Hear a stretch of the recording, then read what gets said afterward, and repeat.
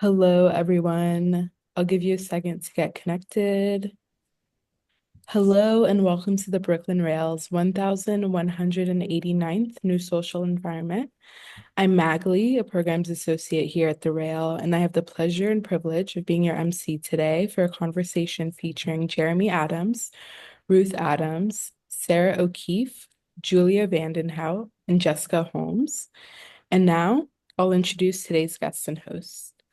Jeremy Adams is a co-executive director at Art Omi. He was executive director of the Woodstock Byrdcliffe Guild, where he oversaw an artist residency program situated on 250 acres in the Catskills. Previously, he was executive director at Q Art Foundation in New York City, where he served for 10 years. Ruth Adams is a co-executive director of Art Omi, the first executive director for Art Omi, and was the program director for the Art Omi Artist Residency from 2001 to 2003.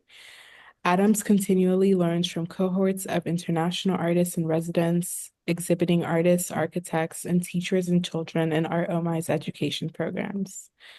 Sara O'Keeffe is senior curator at Art Omi. She held curatorial positions at the New Museum, was on the curatorial team for the 2015 Triennial Surround Audience. She is currently organizing the first New York institutional solo exhibition of late painter Harold Stevenson in an outdoor installation by Eddie Rodolfo Aparicio, which will open at Art Omi this summer. Julia Vandenhout is a senior architecture curator and program director at Art Omi, and she oversees its annual architecture residency program. She's also the founder of Original Copy, a communication studio, and co-founder of CLOG, an international journal that critically examines contemporary architectural issues from a wide range of perspectives. And our host today, writer, editor, and critic Jessica Holmes, writes regularly for Bomb Hyperallergic in the Brooklyn Rail, where she also edits ArtSeen. Holmes has also contributed writing to many exhibition catalogs. Previously, she served as editor-in-chief of the arts publication Degree Critical, and for nearly 2 decades, she worked for the Calder Foundation. And with that, I will hand it over to Jessica to get us started. Magley, thank you so much for that kind introduction, and thank you to the panel from Art Omi for being here today, and to all of you who've joined us. Happy spring, everybody. I thought we would begin. We've got a robust lineup of slides which we can scroll through as we talk. But Ruth, I thought maybe you could take us through a little bit of the history of Art Omi. I think probably this conversation will be an introduction to the organization for many folks out there. Thanks, Jessica. Thanks, Maggie. I'm just really pleased to be here. Thanks to the Brooklyn Rail for having us. It's an honor and a pleasure. Art Omi is, first of all, where are we? We're on the unceded lands of the Mohican, who now call themselves the Stockbridge-Muncie community and are located in Wisconsin and Western Mass.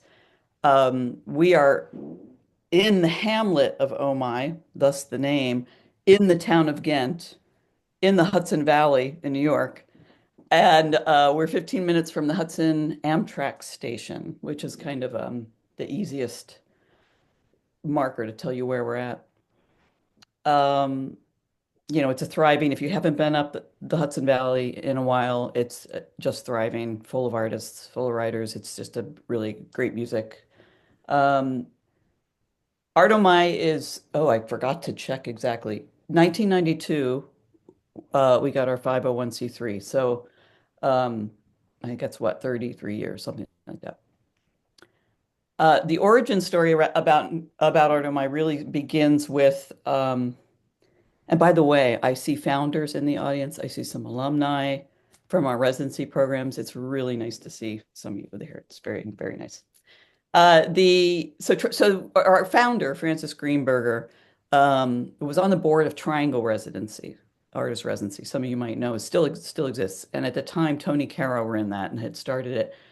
And the story goes that there were a few things about that residency that Francis experienced and started talking to some other members and people there, artists that he wanted to tweak. So they started to talk about what would it be like if a residency had a critic in residence like Triangle did, but it was non-hierarchical. What's the additive of having critics in residence? What's the value of it being in a rural place rather than the city? How many people should there be? What if it was more international instead of just a few countries that Triangle represented at the time? He was in real estate. He found a barn up here, big, beautiful Dutch barn, and said to Tony Carroll, "What if we move Triangle upstate?" And Tony said, "No, I don't want to do that." So Francis Francis, John Cross, Andy Sloan, a few founders, a core group, moved up here, moved the program up here, bought the barn, and 1992, 30 artists, I think, or almost Wow. from all over the world got here without the internet, which continues to amaze me. And I didn't even grow up with the internet, but it still amazes me. So they got to this barn that wasn't renovated yet. It's a big dairy barn, beautiful thing. And they stayed in the houses of people around into towns around the place. So people would willingly house these people, feed them, bring them to the barn every day. Um, and then the next couple years, they quickly renovated, bought some more land, which is now the parcel where the sculpture park is, and the houses that house the residents. This picture you're seeing is on the best porch in Columbia County that faces the Catskills. It's a beautiful old farmhouse. So now we've got that nice community building, and now we have three dorms, beautiful little cottages, big cottages that house we house about 27 people to 30 people at the most. Um, the Part of the whole impetus also for the residency programs was to create access in the art world, in the arts, to critics, curators, museum people, publishers, agents, the kind of thing that had happened in the 50s, 60s more easily when things were smaller. Communities were smaller and they had grown enough that by the 90s it was like, let's try to create that kind of access. So the idea was we're going to have these residencies, bring people from all over the world, and invite people to come up from the city and spend the night, eat meals, have a drink, dance, go back to the studios, go back to the dining room table and talk about books. So that really begins to be the most important difference between Art Omi and a lot of other, there were 30 residencies maybe at the time in 1992 in this country, and now there are like 500. And at the time, that was a really big marker of change. It's international and it's about community, it's about professional networking, and in that special way that you network when your personal and professional is kind of mixing, which of course we do so nicely in the arts. Um, and then I'd say, I just want to say one of the things that I've done recently is added in that piece in my bio about starting my life in the nonprofits at the Contemporary Arts Center during the Mapplethorpe show. And I say that because I'm trying to remind all of us, and especially younger people, the way that history repeats itself, right? And that was a time of conservatism, reaction to the arts in a really negative way that led to a gutting of the National Endowment of the Arts. And here we are 35 years later, and we're looking at that again. And I just really want to remind us all, to be watchful and so forth. And in that vein, I would say residencies are really vital third space, right? They're like that space where artists can do something different from art school or being self-taught and being in some sense of a community. But this is a widening. Residencies offer a widening of your community. And a depth that really serves the arts in general in a way that I think is so important and has grown so much and it's so effective.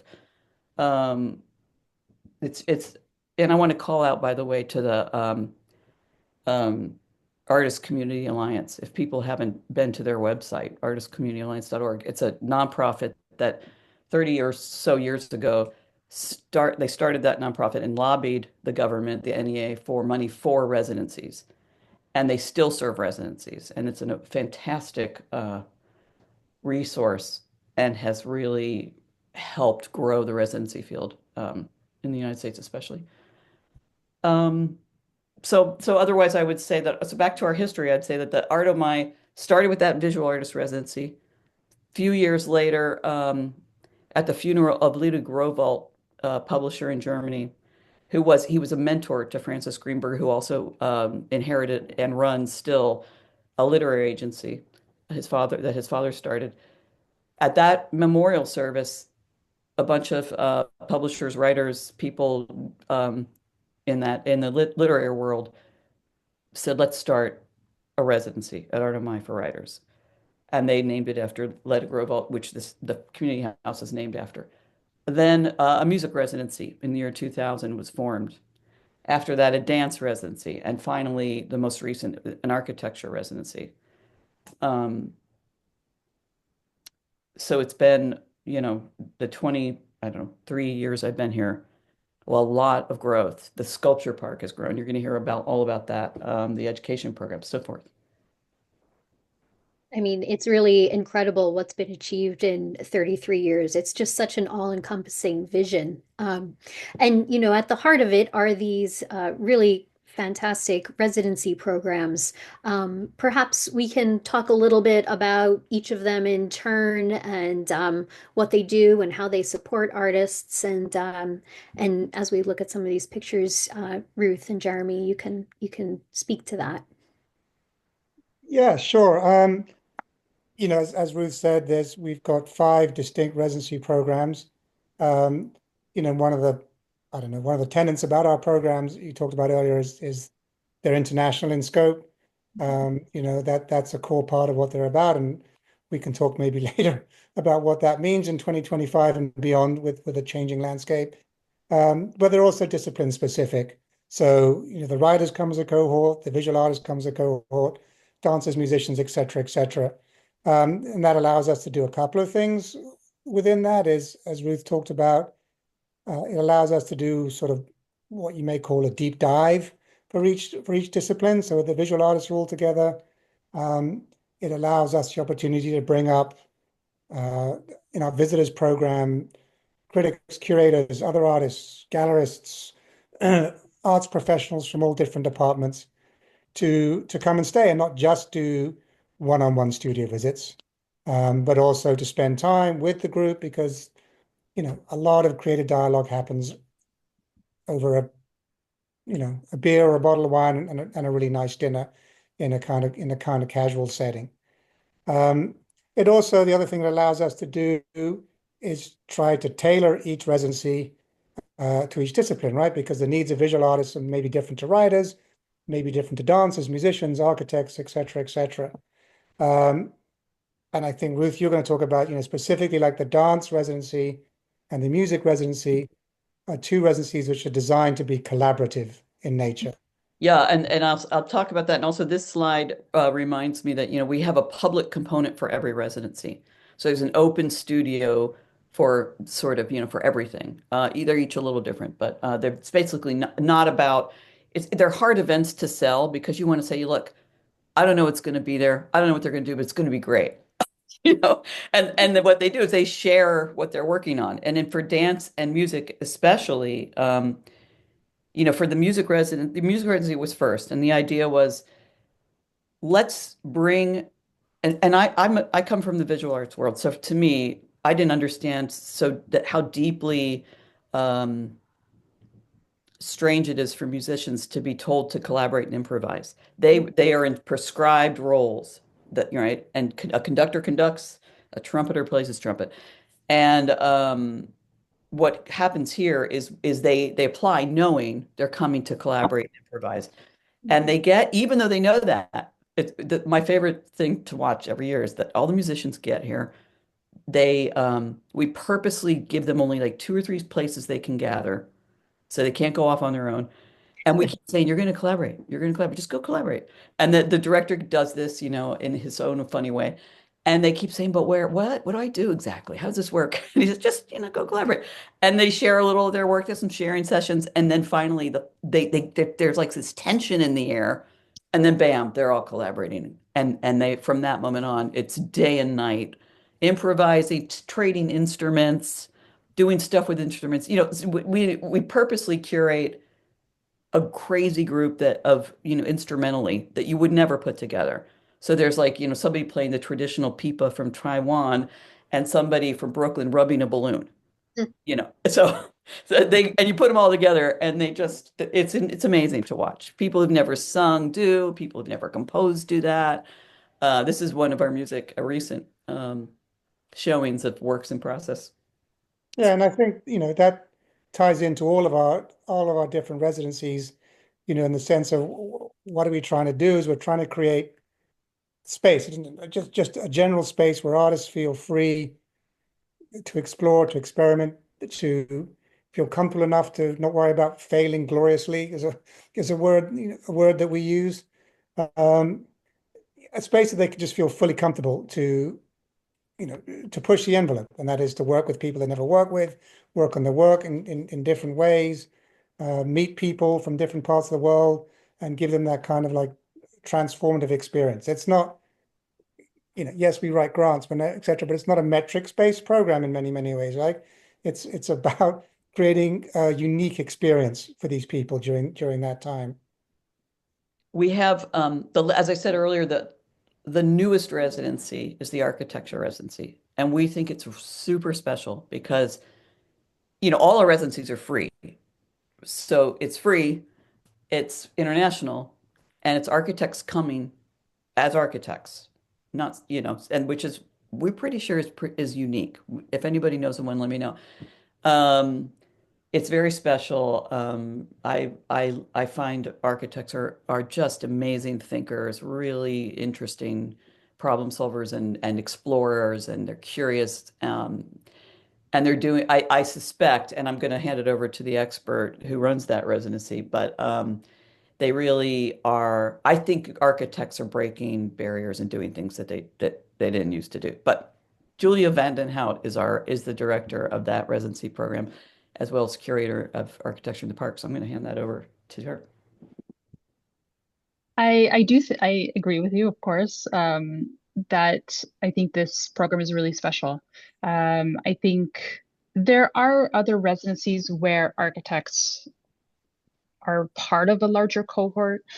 I have not come across, especially in the US, many programs that are program specific to architects, and there are other institutions that may have architects in residence.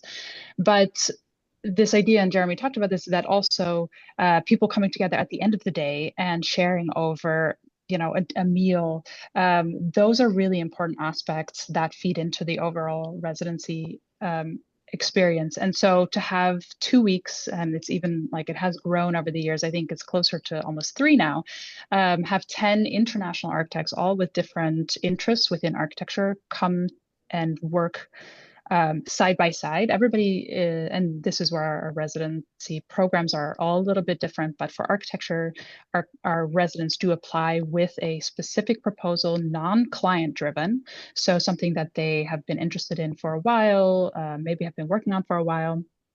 But the exchange between them is so amazing. So I think it's really special that Art Omi has this residency program. But what came first is actually the exhibitions program and architecture having a space there, which is also quite unique. So from my research, Art Omi started with the architecture exhibition program around 2011. And I think it's quite striking actually that it was an augmented reality project by John Cleater. So it didn't even have a physical form, which I think immediately kind of breaks that boundary to how we consider architecture. I think for many people outside of architecture, you think of exhibiting architecture, and that is even quite a strange concept perhaps to understand. Of architecture is a building and is the act of designing a building. So for that to be exhibited is already really opening up new ground for what architecture can be. So starting with this project, an AR project, I think is really striking. But since then, that really was the kickoff to a robust exhibitions program with focus on architecture. And since then, we've shown 3 to 4 new architecture installations outside in our sculpture park a year. And in 2016, this was Unpacking the Cube was the first architecture show in the gallery. And this was actually when I first became familiar with Art Omi and visited. I remember this show. It started at Chamber Gallery in the city and then was brought to Art Omi. And it was even just that contrast to see it in this setting within this beautiful rural landscape was really striking. I was independently curating at the time, and I had just co-curated a show called 5 by 5 of 25 young architects, a group show that had been traveling to various places. And Art Omi's architecture curator, again, I think quite amazing that Art Omi has a dedicated architecture curator, but that was Warren James, and he invited us to bring this show to Ghent, and so it was installed at Art Omi in the winter of 2017. I think Warren did a lot to really expand the architecture program and bring in an amazing group of new voices to introduce architecture to a broader audience that maybe was coming more for art. So I've been really excited to build on that, have that opportunity over the last couple of years. And so I joined Art Omi in the fall of 21. So it's been about 3.5 years now. And since then, we've really gone from inviting in guest curators to host an exhibit in the gallery to consistently curating our own annual architecture show. And this is usually the first show of the year, actually always opening around the March moment. So we just last weekend had an opening for a show with Aaron Besler called Staging Area, a barn raising in 2 parts. Here's a nice photo. And so this show explores kind of the social potential, let's say, of the construction sites. It really brings to the forefront the communal effort of a barn raising and drawing parallels to how much of the contemporary architecture field has set up boundaries between architecture thinking as the intellectual endeavor and then construction as the hands-on kind of manual labor. But Aaron is somebody who has been very interested in how these divisions collapse in a barn raising and the construction site overall. As the title indicates, this is a 2-part project. So this summer we'll actually in the park be transferring this project and be hosting a communal barn raising. So anybody who's interested in taking part at the end of July will invite anybody who wants to help us build a barn. And so obviously, as I mentioned, the history of exhibiting architecture in an exhibition format does not have such a long history overall, I think. Most people would point to like the late 18th century, early 19th, like Beaux-Arts exhibitions as the first real exhibiting of architecture.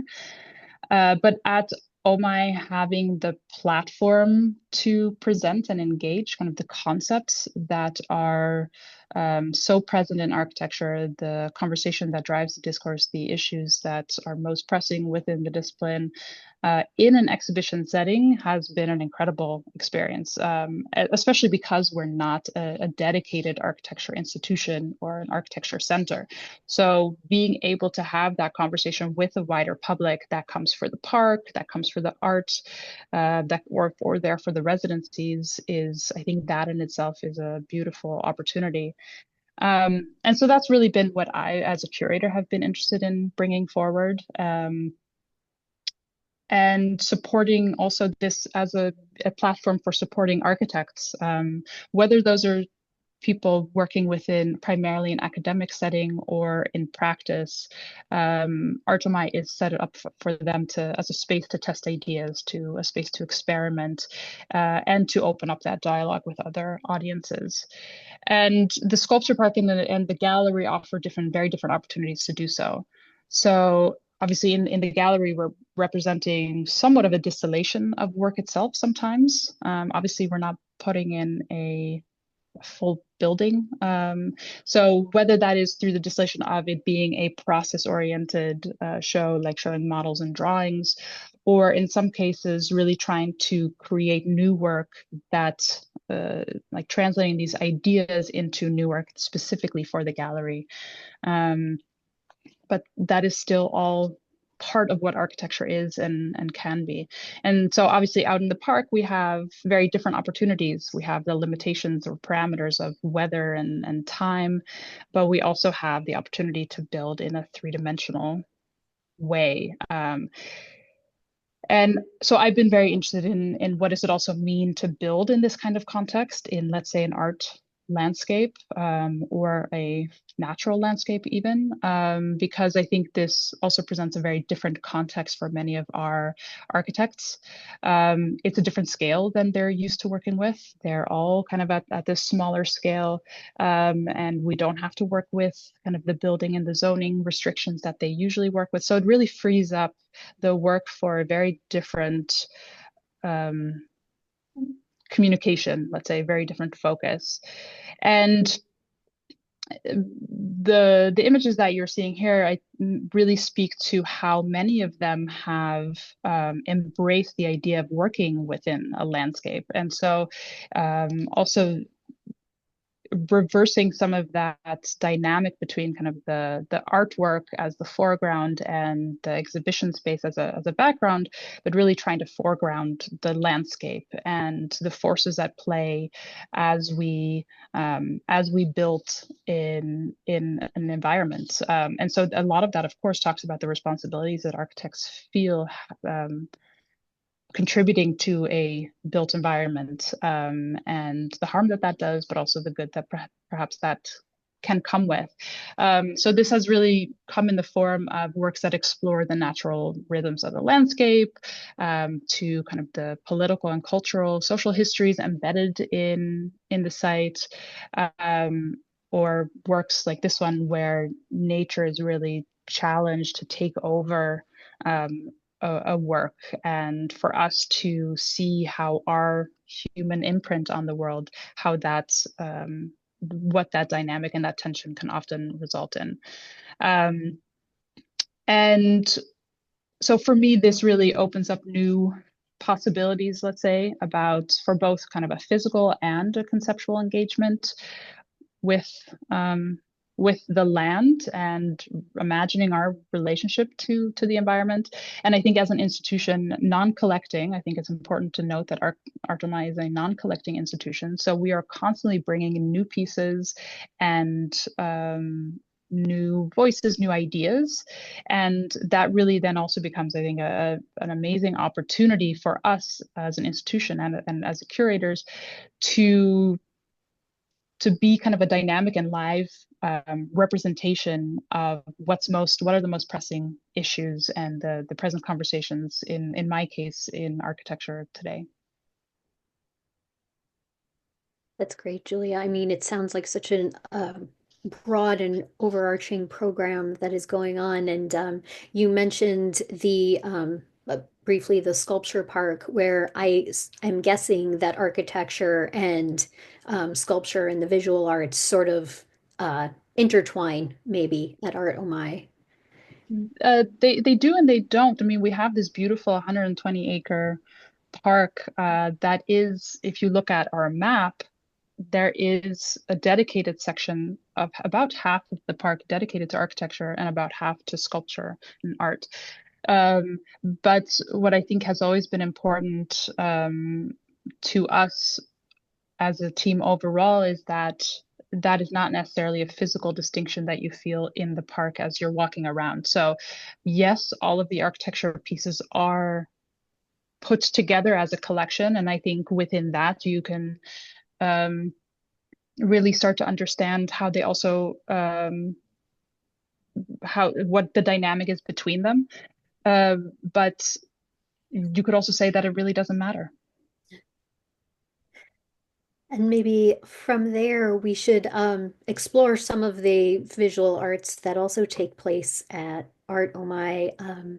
Sara, I don't know if you'd like to chime in now and talk about some of the projects that you've been involved with that you've seen over the years, and a little more about that. Yeah, well, I have to say it's been so fun to work at Art Omi, and I think in many ways the kind of origin of Art Omi was Francis desiring to start something different, create a space where artists can actually experiment with one another. And I think, the way that the park started is there were installations, work, sculptures embedded here and there. And as you know, one thing leads to another, and slowly there are more and more works. So the first curators of Art Omi's sculpture park, Kathleen Tran and Peter Frank, I think from the very beginning of it being understood as a sculpture park, were attempting to kind of push against the idea that the only work that you could see in a landscape, and especially in the Hudson Valley, needed to be, metal beams and this really like heavy muscular material. And in fact, they always wanted it to be a space where artists could really challenge a lot of the preconceived notions that folks have about what outdoor sculpture looks like, how it functions, how it is related to the land. And I think, I've been very fortunate to have a colleague like Julia and especially Ruth and Jeremy and a founder like Francis, because I think we're all not afraid of kind of playing around. As you can see, the slide just before is a work commissioned by my predecessor, Zach Foyer. And it is a work by Alexander Arashea. It is the first work he's worked within the idea of the basketball court, changing the rules of the game of the basketball court for many years. But this is the first work, and it's a work that we commissioned, which is fully functional. So you can see that reflected in the title of the piece, Orange Functional, and there are very often when you come and visit us in the park, there are basketballs all around on the ground. And it is very fun to see what happens when folks take up the challenge, which is the invitation of the work, to try to make a hoop. The lowest hoop here is 25 feet, and there's no backboards. So it's really difficult. We like to tell people that keep your receipts that you actually got a hoop. And Alex loves to see this on social media. If anyone does have this footage, please tag us, please tag him. He loves it. But, we really like to create installations and to work with artists and to think about the exhibition program and the park and also what happens in the gallery, which is a huge part of what we do. And because the Benenson Center, which includes the Newmark Gallery, was constructed in 2008, it allows us to create these relationships between what happens indoors in an exhibition and then also outdoors in the exhibitions. So you can see here, there's another work. This is another one commissioned by my predecessor, Zach Foyer, by Art Omi, by Chemi Rosado CAO, which is ceremonial pearl hole. The history of skate parks, as I've actually learned in part from Chemi, but also from a friend of mine who started a really fantastic magazine combining art and culture and skateboarding, which is called Plank. And I encourage anyone who's interested in those intersections to check it out.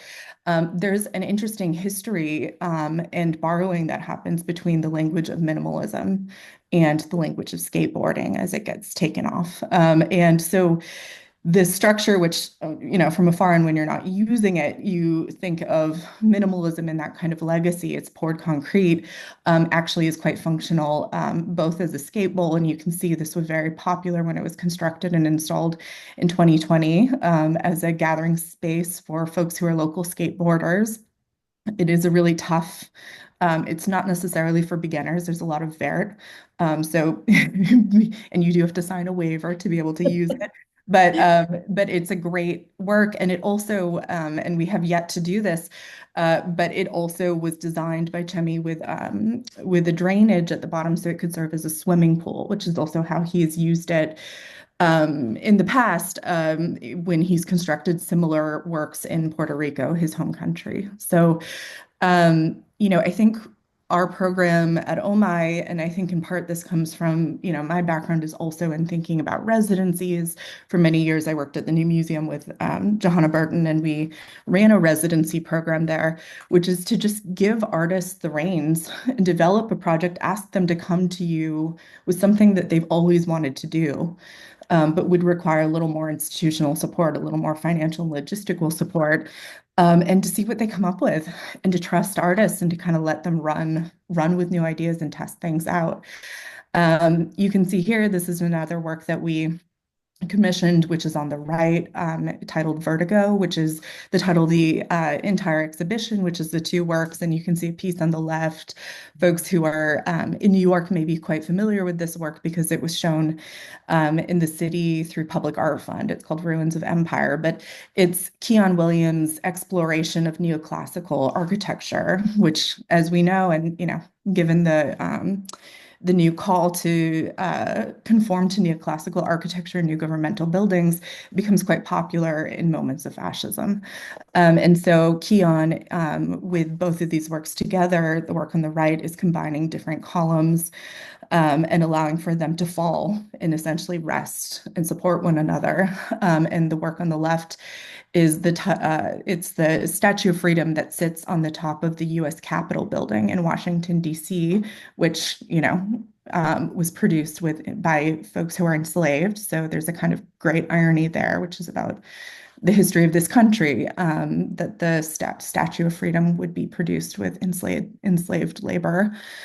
But in both, the works seem to sort of sink into the ground, and they start to become these kinds of props for other propositions and for other things to happen. So you can see in some of the other images, what we did last year was we often host openings during 4th of July weekend. And you can see here, this was a procession that Niall Harris, Keon had invited a number of friends and collaborators to develop new work with them in response to the installation. And so you can see here Niall Harris leading a procession of visitors from our Benenson Center over to the installation, which we advertised as a barbecue. And we did we did offer a barbecue for everyone. Everyone was invited to make a plate and to enjoy the food. But of course, working with artists and here at OMI, there's often a surprise or a twist. We'll never we like for things to be filled with all kinds of surprises. So what you can see is that the structures themselves, and this is something that Keon is quite interested in, is what happens when you take neoclassical architecture, and particularly these symbols that are often meant to connote a kind of immutability and a kind of solid form, a form that you are not allowed to touch. What happens when they become structures that are taken over, touched, climbed, engaged in a really different kind of way. And so you can see here, this is Niall Harris atop Vertigo and donning the Obama mask. And you can see throughout some of these slides some of what unfolded during the event. Z-Tai, who's also an incredible artist, on top of the work. And on the left here, you can see Keon had imagined this ritual, which would be one where the collaborators who had developed a language among one another for the performance would crack eggs into Keon's mouth, and then Keon would spit them on the American flag, which in fact was the only thing being fried over the course of the performance. And you can see some of the images of that in coming slides. So, it was a great it was a really, I think, fantastic event. And part of it was not just, the smell. It was overwhelming, all the barbecue in the air, which was truly there that you could enjoy, but also Kumi James, who's a really incredible musician based in LA, created a soundscape also responding to the installation. And there was a microphone which was very close to where the flags were being fried. So that kind of sound of the sizzling of the American flag became part of the entire event. And then, in terms of other works, there's that same summer, we presented work with Nathan Young, which you'll see, I think, in a moment, who transformed a dirt bike. This is an installation that Nathan had wanted to do for many, many years, which is to transform a dirt bike into an instrument for a new noise composition. And so we worked with Nathan to commission that, which actually got activated over the summer as well and during that opening, as well as a series of flags that were playing with the iconography of the Native American church, but specifically the peyotism.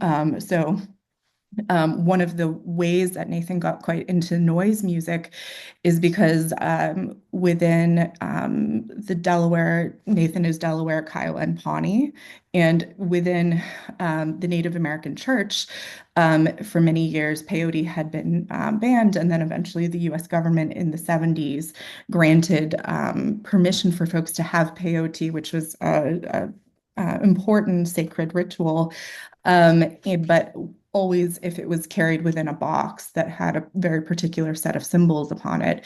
And so what Nathan did in this show, and you can see some of this with the pedals that are on the floor underneath the bike here, and many of the symbols that are on top of the bike, Nathan is actually remixing and reworking a lot of the iconography that comes from peyote boxes.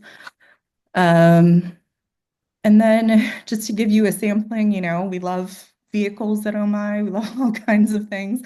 You can see here, we worked closely with Pippa Garner over the course of a few years to commission what became her final conceptual car, which was called Haul and Ass. And it was great fun to commission that working with Arcana, which is a studio based in Brooklyn.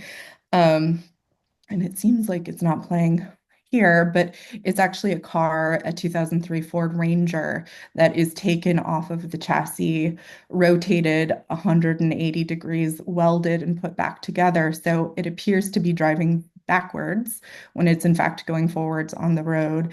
And it did pass all state inspections. It was road legal. What ended up happening in the video, if it plays, and if not, you'll have to check it out online. I'm sure we can share links of it later.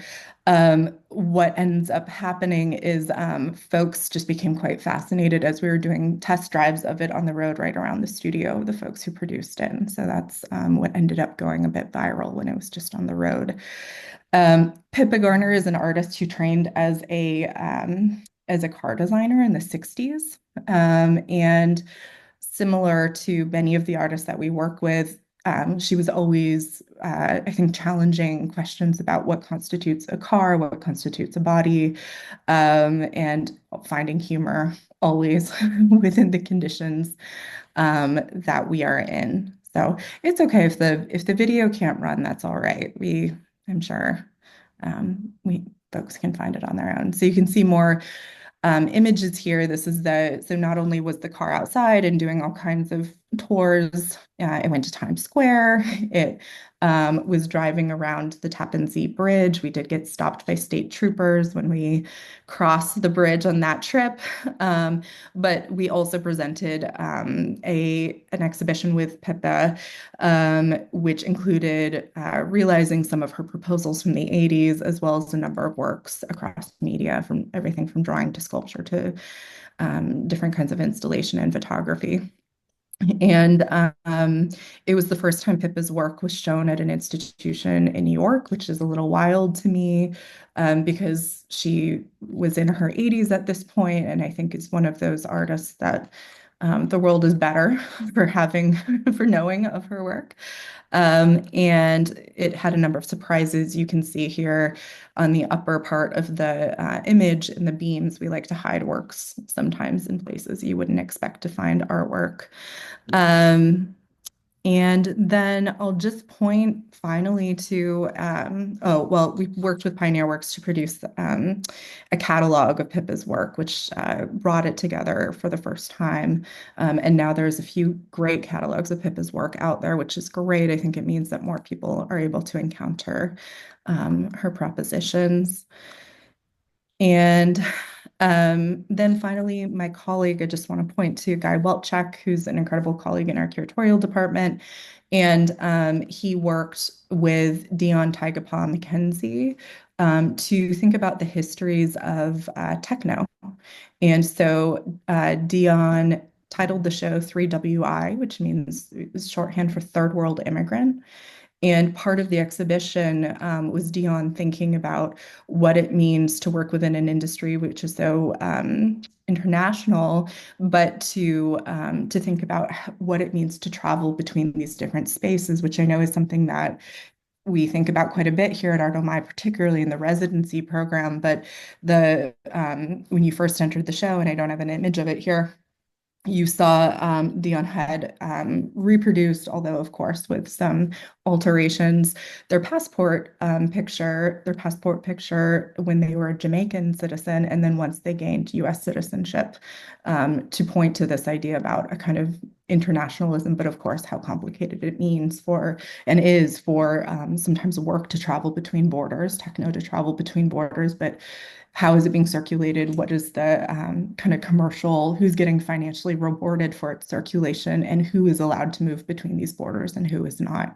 So it was a great event, and we were lucky. We always like with projects to work with others, both in the area in the Hudson Valley, but also, you know, across in New York and across the country. We like to have partnerships. We love to collaborate. And so we worked with Montes Press Radio, and Guy organized a really fantastic panel thinking about the kind of politics and economic conditions that allow for techno to circulate and kind of what the future of techno looks like. And so then just to point to some of what's coming, we hope folks will come and visit us this year coming up. And Julia's show is incredible. The Aaron Bessler show, I highly, highly recommend that. And that is on view until early June. And then coming up, the next project in the galleries is with an artist named Harold Stevenson, who's another artist that I wish everybody knew. I think he's incredible. He was an artist born in Oklahoma, moved to New York, and started to produce these works, many in the 60s, that are thinking about the body expanded. He famously, and this is in the next slide, was supposed to be in a show at the Guggenheim in '63 as part of a show called Six Painters and the Object, and submitted a painting that was 39 feet by 9 feet. It's a nude, as you can see. It's a painting of Salmenio, who was his lover at the time, and that was immediately cut from the Guggenheim show. So Stevenson placed 40-foot painting on top of the Eiffel Tower, also in the 60s, that caused so many car accidents that the work was taken down. So he's another one of these artists who I think was unafraid to play by anybody else's rules. You know, he really challenged things, and I think it's important that we remember that work. And so we're very excited to be bringing a group of these paintings together this year, and he will have some shows coming up in New York, which is quite exciting, and I think those announcements are coming out in coming days. And then the one last piece, which is coming up this summer, this is outdoors and a little bit of a teaser, is we're working with Eddie Rodolfo Aparicio, who has for some time been thinking about relationships between El Salvador and the United States. And he is producing his first outdoor installation on the East Coast. It's his largest work to date. And it is a piece that is exploring the history of the Wardian case, which is part of how so many so-called invasive plants ended up in Europe. So it's how plants were taken from Central America, traveled to Europe, and sort of took off there. And part of all kinds of crazes, from the craze around orchids in the 19th century, and became the kind of foundation for what ended up becoming the Crystal Palace, the kind of blown up version of the Wardian case. So we're really excited about that one. And I think, like Julia, when we're presenting works here and outside, so often what we like to do is to play with symbols that folks associate with the Hudson Valley. Everybody knows a pickup truck or a greenhouse, but to really dive into those histories with artists who are going to allow us to see them in a totally new way. Sarah, thank you. I do want to make sure we have a little time to talk about the next expansion at Art Omi, which is the pavilions. But I did want to tell everybody that, Art Omi is a place where you are free to go and explore, and they welcome and encourage visitors, and you can walk through the sculpture park and the grounds. So, take advantage of that if you can make the drive upstate. It's certainly worth the time. And anyway, um, on that note, I would say that Art Omi is entering almost a next phase with a new project, these pavilions. And Jeremy, maybe you'd like to share what the vision for that is and is going to be. Yeah, sure. It's going to be a place that welcomes everybody as well in the future. It's a brand new project, which is a standalone project in its own right, but it also kind of complements the work that has been happening for the last 33 years over at our current location in Art Omi. Our residency programs have focused on artists at a myriad stages of their careers, from not long out of college to in their 60s and 70s. Our exhibition program, and I think the architecture park too, we're focusing a lot on artists at the nascent stages of their careers. The Art Omi Pavilions at Chatham, is a project that looks at artists and also collectors who are looking about how best to preserve their legacy, right? Artists and collectors get to a certain point in their lives when they have to start thinking about their legacy. Dispersing works amongst the museum can dilute a body of work. You cede control to the museum. If it gets shown, you don't have any control over kind of what context it gets shown in. So the Art Omi Pavilions at Chatham is the idea to try to help artists manage that and kind of wrest back that control. So it sort of does that, by focusing on distinguishing artists, important collectors and collections, as I said, who are exploring how best to preserve their legacies. What it does, how it does that is it's artists or the collectors get to work with an architect of their choosing. So very much like Art Omi in Ghent, it also explores the intersection between art and architecture. So the artist works very, very closely and hand in hand with a distinguished architect to help design what they perceive to be the perfect space to house their body of work, so they can create that ideal environment to display that work and put it in the exact kind of context that they want to do it, if they want to display that work in. Each pavilion is going to be, I think it has about a 5,000 square foot footprint. I think that some places it can go up to 2 stories. It can't be more than 10,000 square feet. But each space is still a sizable space for an artist to present their work in. The goal is always that it's not, I don't want to have a better phrase, a mausoleum. It's a living, breathing exhibition space. Both the artists and or the collectors, a certain percentage, I think it's 50% of the work rotates in and out each year. So it's an always changing exhibition. It's an always changing space. It's slated right now, phase 1, to open in hopefully summer of 2026. It's going to have, the entry point, which will be a visitor center with a cafe, again, an exhibition space like Art Omi and Ghent has, but also a dedicated year-round education classroom, which is really going to help there's really going to be a big overlap in whatever Venn diagram this is between Art Omi over in Ghent. Allows us to really expand our education programming within the region. And then the first few pavilions is the sculptor, installation artist Alice Aycock is going to have a pavilion. Susan and Michael Hort are going to have their collection is going to have a pavilion. And then also the artists Tadaki Kuwayama and Rukuku Nato will be sharing a pavilion. So those will be the first four buildings. Overall, you can just see right now a rendering of the Aycock Pavilion by the architect Studio Yarn. BKSK Architects are doing the Visitor Center. I think they're also doing the Susan and Michael Hort. And there's a number of other architects that are doing the other buildings. Phase two, which is already in the progress in the works, is going to include a pavilion for the artist Torquasi Dyson. That is by Gluckman Architects.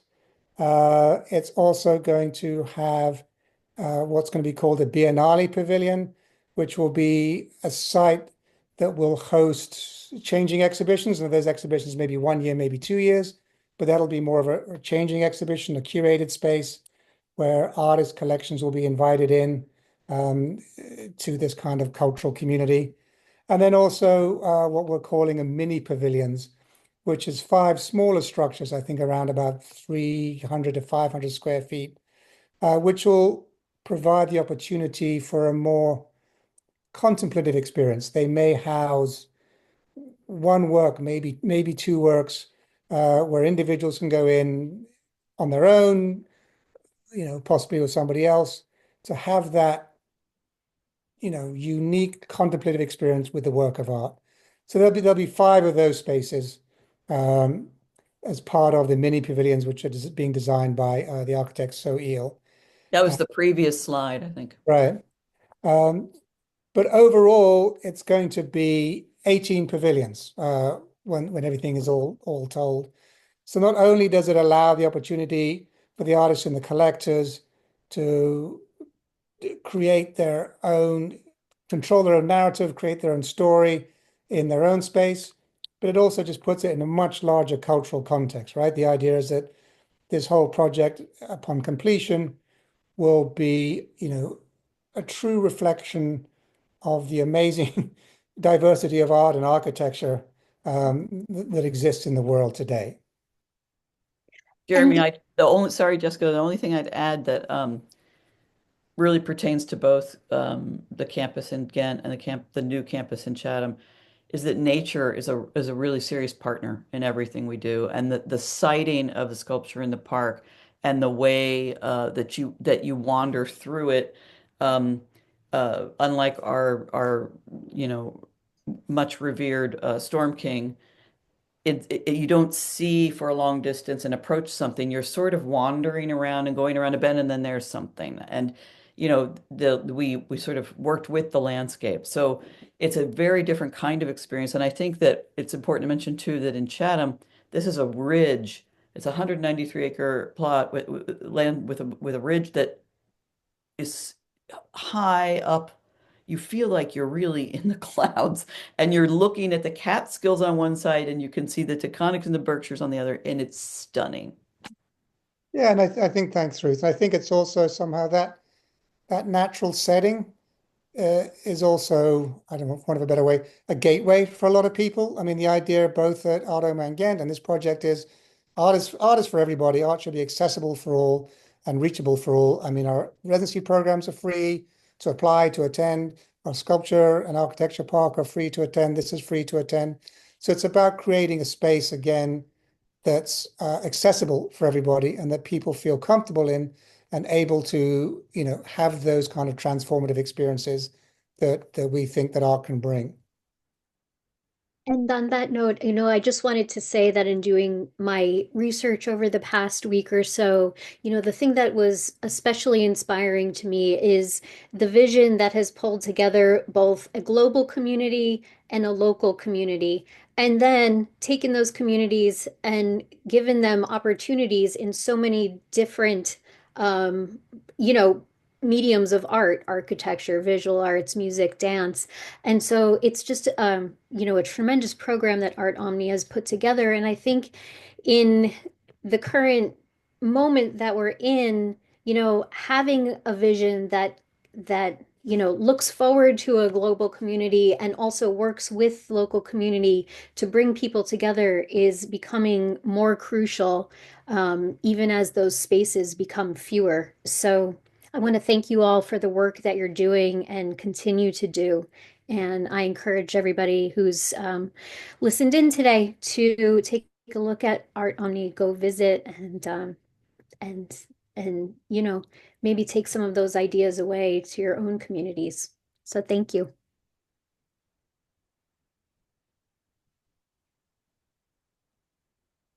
Thank you all so much. We'd like to remind the audience that there is a link in the chat. If you have any more questions for Art Omi, please feel free to submit the questions in the chat. I do have a couple of questions. The first question is from Amy. Amy loved the titled house and is wondering if Julia can speak to where it has gone off to. As you're not a collecting institution, is it ever difficult to see pieces go? That's such a great question. And it is incredibly difficult to see pieces go.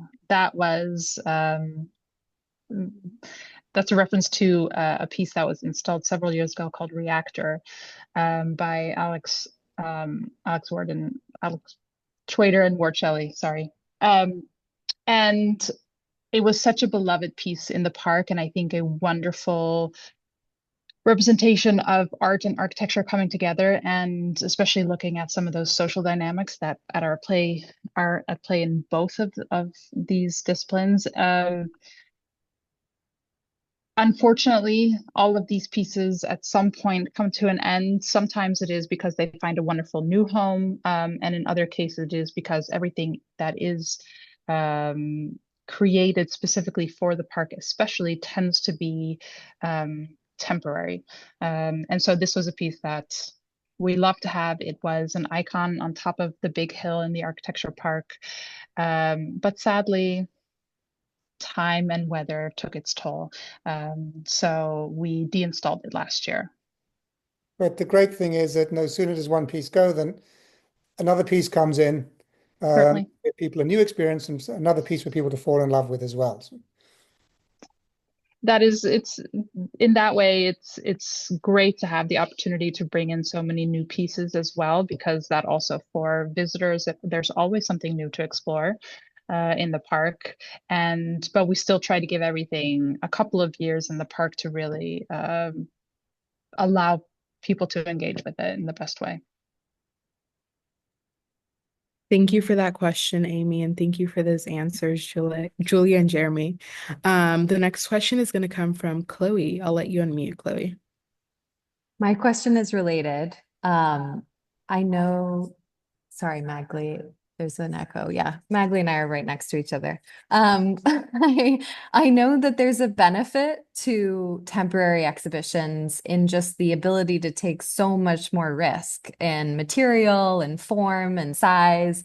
And I'm curious, when you're selecting artists to work with, how important is it for you to work with artists who have never worked at some of these scales, or makers or architects? And how much of your attention goes towards supporting makers the first time that they work at a large scale? It's a great question, Chloe. I think we very often are interested in working with artists who have never done something quite like what they're doing before. And sometimes that's because of scale, sometimes it's because it's outdoors, sometimes it's because it's a project that they've heard many people say no to before and we're game to take it on. I think for us, it's exciting to work with artists in a way that is truly invested in exploration and research and discovery, and that we're not presenting, we like to work with artists to present something that they haven't seen in the Hudson Valley before. So it's we're often building the plane as the plane is in the air, so it's also a little bit of a nerve-wracking experience, but that's part of the fun. Love that. Love that. Back over to you, Magley. Thanks for that answer, Sarah. Thank you for that question, Chloe. The next question is from an anonymous audience member, and they're wondering if they were an artist looking to be involved with one of your residencies, where could they go to find more information? You can, again, the website I mentioned earlier, of the organization Alliance, well, Art, Artist Community Alliance.org, has the most, as far as I know, the most comprehensive search mechanism for residencies. And so you can find us there. We're listed in almost every place where residency opportunities are listed. And of course, there's our website. And we have we have deadlines for each program throughout the year. So please do check that out. yeah, and we're obviously artomi.org. That's our Thank website. you. All right, that was our last question. I know that we're going to be wrapping up with a couple of readings. I'll give you all a chance to introduce them and then, yeah. Yeah. And Magley, if you don't mind, would you put up the visual of the first piece I'm going to read? Because while I read it, I think it's also nice for the audience to see because there's so much funny and witty and delightful wordplay here that just reading won't entirely translate. But this first piece is a very short piece by Pippa Garner, who, as we've heard, was so important to Art Omi and had a big project there. I also wanted to say, since the video wasn't working, I encourage you to look it up on YouTube or somewhere later because it's pretty wild, and definitely worth seeing. Anyway, this is a piece that I believe she wrote in the 80s, and without further ado, by Pippa Garner. Tees shirts. So fucking what? I get it. It's meaning less. Nothing is a bargain if you can't afford it. A bicycle ride is never a wasted trip. There's nothing like a fart to clear the head. Generic. I. Intercourse. S. Simulation. M. Module. An acrostic poem that spells jism. Bracket. Fuck doll. Love is. No. Love was. Indefatigable stupefaction. R. Kives. And maybe one note I'll add, Jessica, that was great, is Pippa passed away earlier this year. She passed away on December 30th at 11 p.m. LA time. And one of the things that has been so incredible about our work with her is to know her and she was decidedly anti-sentimentalism. So I think in a lot of the ways that we honor her is often using the language and the kind of way that she was reflecting on the conditions in her own words. So thank you so much for reading that. It was a pleasure to read. I enjoyed uh, getting to know it today and yesterday. And the final thing I thought we would read and share before we say our goodbyes is a poem by the poet A. Van Jordan, who will be coming soon to the writer's residency at Art Omi. This is a poem I believe he wrote in 2013. It's called Last Year at Marienbad, Alan René's 1961, in reference to the film I'm sure we've all know. But I selected this one because I thought there was something in the words that also attested to the alchemy that is clearly going on at Art Omi. And so this is Last Year at Marienbad. A place, though visible, is like a ghost of memories. Even memories one forgets linger in the space in which they occurred, here within the expanse of vaulted ceilings. Doorways leading to more doors, hallways leading to more halls, the faintest recollections absorb over time. No act will wholly evanesce. Wander over the carpets and marble floors, and the echoes of bygone eras endure, wafting through corridors. like a perfume pulsing on a woman's neck. What should one make of what happens, or doesn't, through a night between lovers? And if the space awakens in a man or a woman, something they would not find the inner charge to commit in their own bedroom, should they forget? Embrace this longing? This couple, let's say, met last summer at a chateau soiree, and they made love, or they thought about making love to each other. If they did make love, well, they're adults. They'll turn to each other in memory, forever waiting there for each other. They will always have this place in time. If one evening this couple, which is not really a couple, lies together in one room while their lovers wait, upstairs or at home, if they both thought about making love to each other while glancing across a crowded room, well, why would anyone try to forget that? Again and again, the moment is captured in one's mind, but try to prove it happened, and details retreat into darkness. Again and again, footsteps get absorbed by carpets so thick, so heavy. Oh, how moments call, but better senses abate any emerging pleasure. One may even convince the body, against the will, that such moments were made to linger around, only awakened by the promise of possibility. Thank you,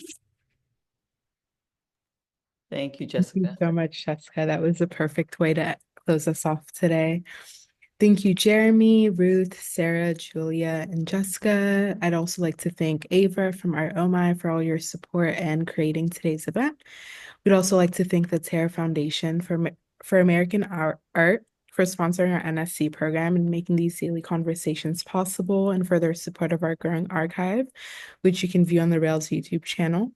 The Rail has been free and independent for 24 years. A donation directly supports our writers, staff, and operations. Support our work through the link in the chat. And as is Rail tradition, you can now all unmute and say hello and goodbye as you leave. Thank you all so much again. Thank you. Thank Thank you. you. Thank you Bye so bye. Bye bye. much. Bye bye. Thank you. Thank Long you. live Art Omi. Yes. Thank you, love Sara. you. Bye, everybody. I Bye love the Brooklyn bye. Bye Rail. bye. We love the Brooklyn Bye. Rail. Long live Art Omi. Love you back. Bye, everybody. Bye.